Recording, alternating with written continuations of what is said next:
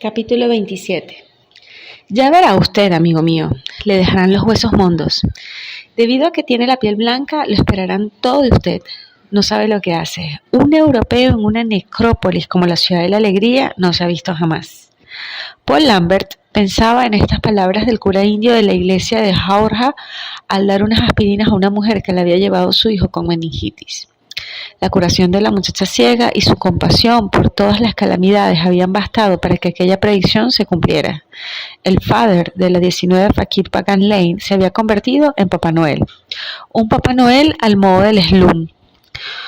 Un hombre que estaba dispuesto a escuchar y que sabía comprender, en quien los más abandonados podían proyectar sus sueños, junto al cual encontraban amistad y compasión.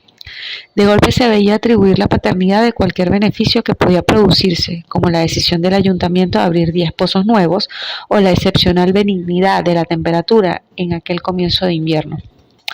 Esa necesidad de referirse constantemente a una persona es un rasgo característico del alma india. Sin duda, se debe al sistema de las castas y al hecho de que en el interior de todos los grupos hay siempre un jefe. En el slum todo sucedía siempre por medio de alguien. Si no se conocía a ese alguien, había poca esperanza de llevar a buen término una gestión, tanto si era en las oficinas administrativas como en la policía o en los hospitales Annecy.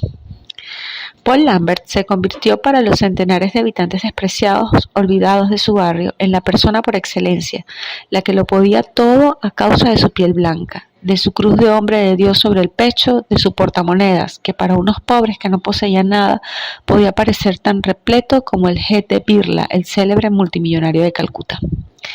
Esta notoriedad lo exasperaba. Él no quería ser ni Papá Noel, ni la Seguridad Social, ni la Providencia, sino tan solo un pobre entre los pobres. Mi ambición era ante todo inspirarles confianza en sí mismos, a fin de que se sintieran menos abandonados, que tuvieran ganas de emprender acciones para mejorar su suerte. Tal deseo iba a cumplirse por primera vez unas semanas antes de las fiestas de Durga. Un día, a la caída de la tarde, varios habitantes del barrio, conducidos por Margareta, se presentaron ante el cuarto de Paul Lambert. Paul, gran hermano, dijo la joven cristiana, quisiéramos pensar contigo en la posibilidad de hacer juntos algo útil para las gentes de aquí. Margareta hizo las presentaciones, un joven matrimonio hindú, un anglo-indio cristiano, un obrero musulmán y una asamesa de unos 20 años. 6 pobres que deseaban recobrar una dignidad, que querían construir juntos. Los Ghosh, el matrimonio hindú, eran guapos, sanos y luminosos. Bajo su velo de algodón rojo decorado con motivos florales, con su piel muy mate y muy clara, la joven parecía una Madonna del Renacimiento.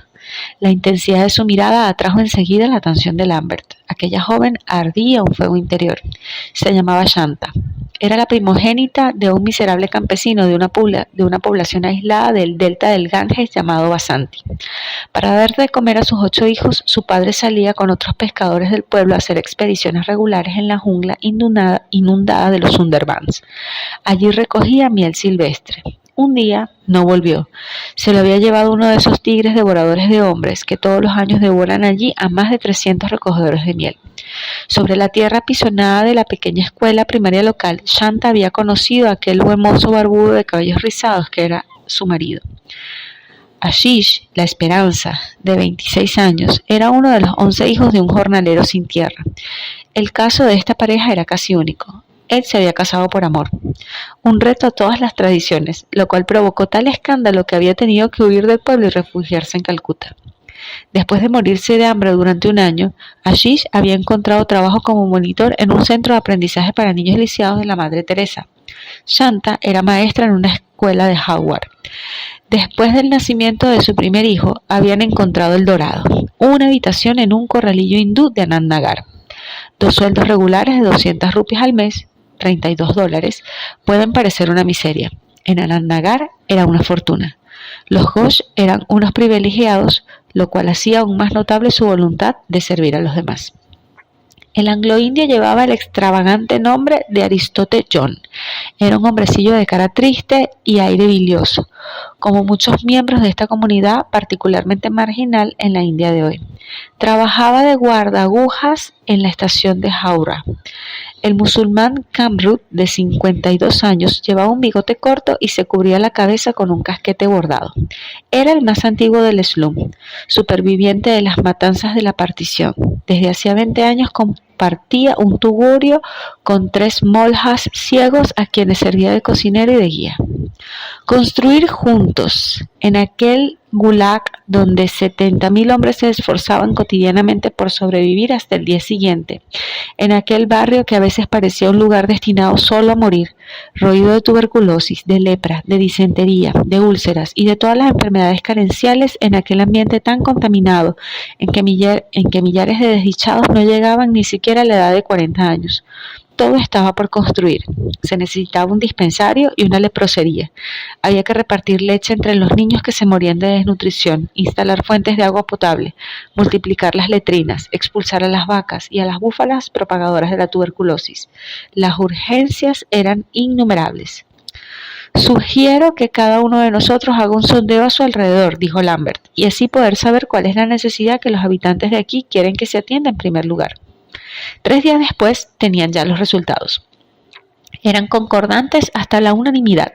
Las verdaderas necesidades de los moradores de la Ciudad de la Alegría no eran las que se imaginaba Paul Lambert.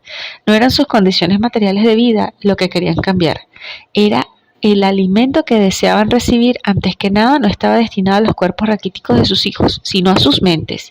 Los 6 sondeos indicaron que la reivindicación primordial era la fundación de una escuela nocturna para que los niños que trabajaban en los talleres presidios, las tiendas y los tea shops de la calleja pudiesen aprender a leer y escribir.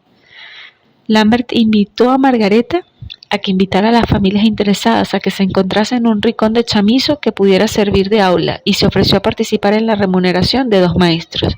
Había conseguido mi primer objetivo, alentar a mis hermanos de Anand Nagar a que se ocupasen de sí mismos.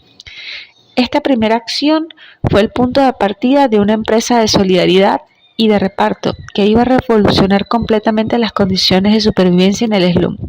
En la reunión siguiente, Lambert propuso el nombramiento de un equipo de voluntarios para acompañar y guiar a los enfermos a los hospitales de Calcuta, porque ir solos a aquellas caravanas a menudo era una aventura como de pesadilla a la que la mayoría debía renunciar.